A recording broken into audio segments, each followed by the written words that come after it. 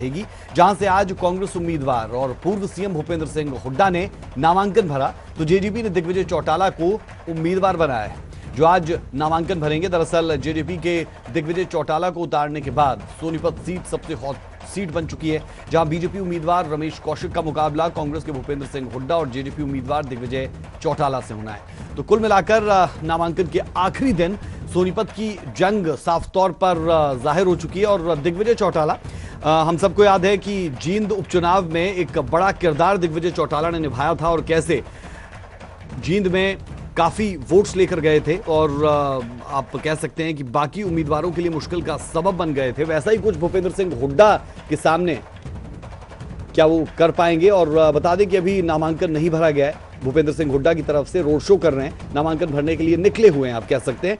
तो नामांकन भरने से पहले जो मसला रहता है, जो कवायद रहती है, वो ये कि आप दिखा सकें, बता सकें और जनता को समझा सकें कि मैं आपका नेता आपके बीच आया हूं और आपसे वोट मांगता हूं, और साथ ही दूसरी पॉलिटिकल पार्टीज को यह बता सकें कि मैं कितना ताकतवर, क्या मेरी ताकत, क्या मेरी स्ट्रेंथ और कितनी जनता मेरे साथ है।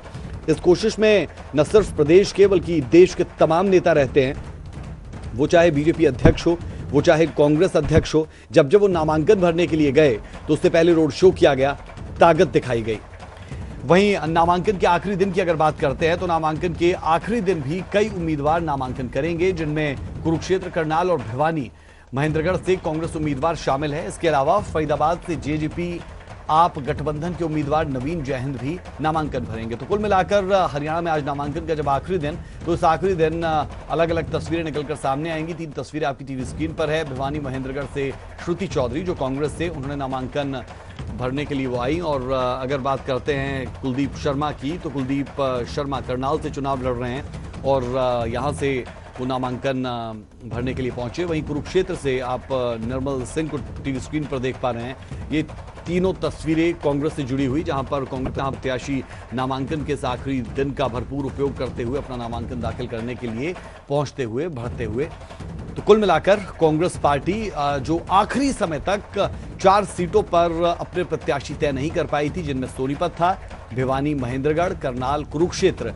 सोनीपत की तस्वीर, हालात हमने आपको बताया कि वो हॉट सीट हो चुकी है और अब जब हम देख रहे हैं कि कुलदीप बिश्नोई कुरुक्षेत्र से निर्मल सिंह चुनाव मैदान में उतरते हुए नजर आएंगे और उन्हें प्रत्याशी घोषित कर दिया गया है, तो आप अंदाजा लगा सकते हैं कि मुकाबला कितना कड़ा हो चुका है।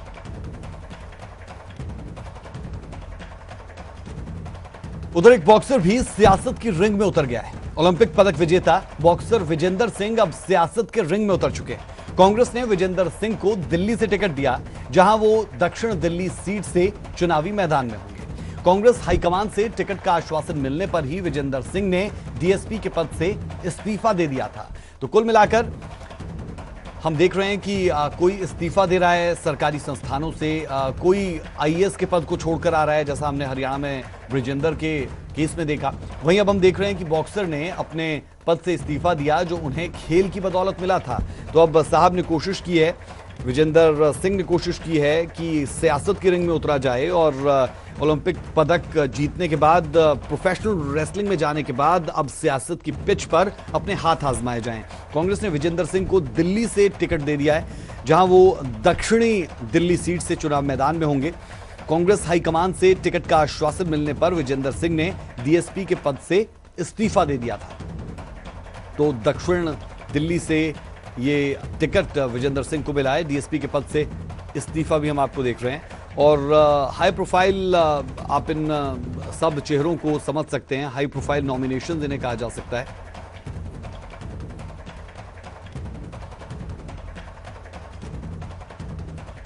चलिए अब आपको दिखाते हैं हाई प्रोफाइल सीट पर किस तरीके से समीकरण